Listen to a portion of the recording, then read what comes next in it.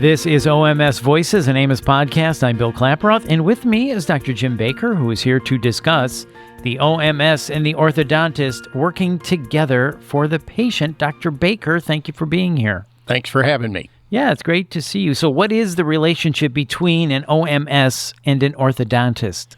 Well, the orthodontist is the absolute expert in how to align the teeth and how to use the teeth to develop the facial structures, particularly in growing children. And the oral surgeon, or OMS, is the expert in how to align the facial bones and do various things surgically to help the orthodontist get a better result. People need to breathe, they need to chew, they need to talk.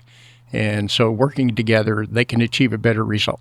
I was just going to say, so it sounds like that relationship is common and needed. The OMS and the orthodontist, you often kind of work hand in hand? Communication is a huge part of that. Yes, Okay. we do. Right, that sounds great. So then, can you tell us more about how a tooth extraction performed by an OMS would aid then in orthodontic treatment? The common reason a tooth is removed is in cases of extreme crowding. The orthodontists like to start when the patients are young. They can do a lot to develop space, but occasionally the jaws are just inadequate to hold the teeth. And in those cases, they selectively remove a tooth to create space so that the whole thing can be unraveled and fit nicely. Is that then where the orthodontist would refer to you to extract the tooth and then back to the orthodontist for the alignment or the straightening of the teeth or the following procedure? That's correct, because the maintenance and the enclosure of that space is obviously a critically important thing to get that great smile. So again, it's that relationship between the OMS and the orthodontist is very important. I would imagine then you do create relationships with orthodontists because there is this back and forth with patients all the time. That is greatly to the patient's benefit. Absolutely. So exposure and bond is a common procedure performed for orthodontic treatment. Can you explain to us what is this procedure? So you have a permanent tooth that doesn't come in. In the beginning of my practice, it was almost always a canine tooth or cuspid in the upper jaw, which is the third tooth from the middle.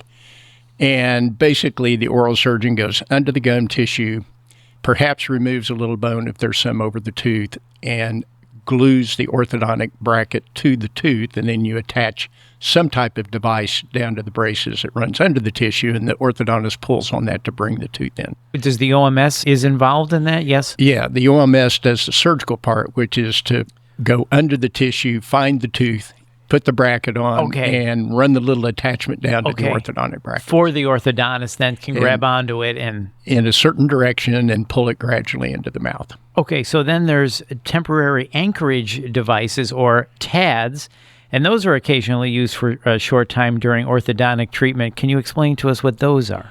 TAD can be a very simple device. Think of it as a small screw that goes in the bone and provides extra, what the orthodontist calls anchorage. The way they move teeth is they use other teeth to provide anchorage or a solid spot to move the other teeth. So if they need to pull teeth in a direction that they can't achieve with the other teeth, then you have these small bone screws you can put in, and they attach various things to that to move the teeth. Right, got it. So then how long does it take to perform a procedure to place a TAD?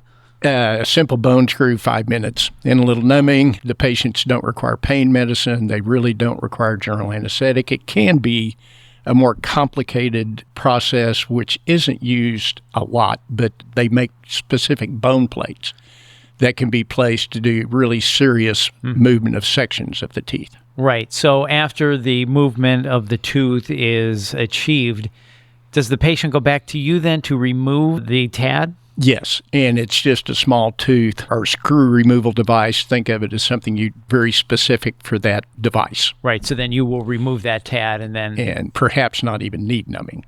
They just come right out. You basically just unscrew it then. Yeah. Got it.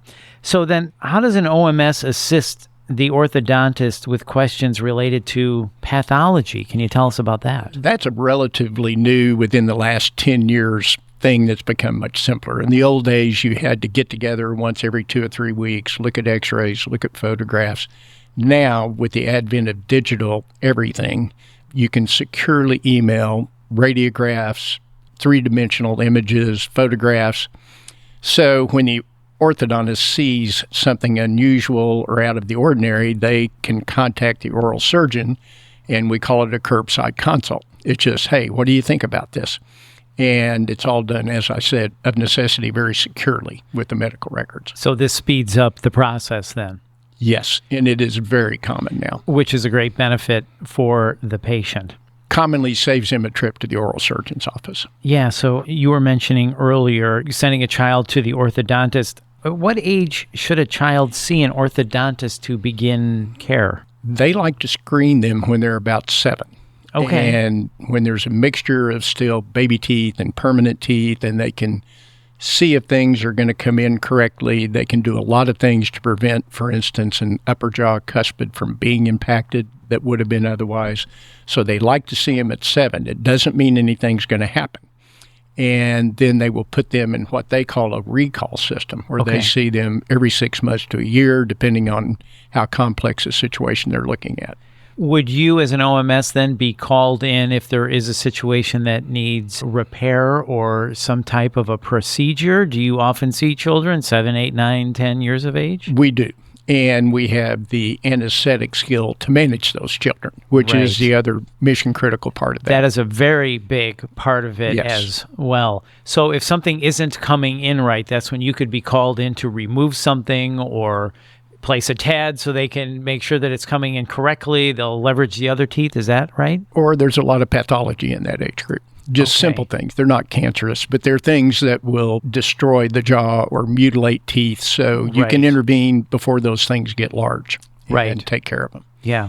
So when it comes to a numbing or localized numbing anesthesia, as you said before, I imagine that is a big concern for parents for any age child. It's a big concern. There are great oral pre-medication agents that you can either use to place numbing or commonly used to get an IV started so that you can put them to sleep. And we do perform general anesthesia on children in the office routinely. Yeah. And that's a specific care. Absolutely. Well, Dr. Baker, thank you so much for your time as we talk about the OMS and the orthodontist working together for the patient. Is there anything else you want to add? No, that was a very concise and good list of questions. And I love it. And Dr. Baker let me know that his wife is an orthodontist. So you're really an expert on it. You live this. We do live this. Our dinner conversations are incredibly boring. Oh, my goodness. Well, Dr. Baker, thank you so much for your time. We appreciate it. All right. Thanks for having me. You bet. Once again, that is Dr. Jim Baker. And for more information in the full podcast library, please visit myoms.org. And if you found this podcast helpful, please share it on your social channels. We would appreciate that. And don't forget to subscribe.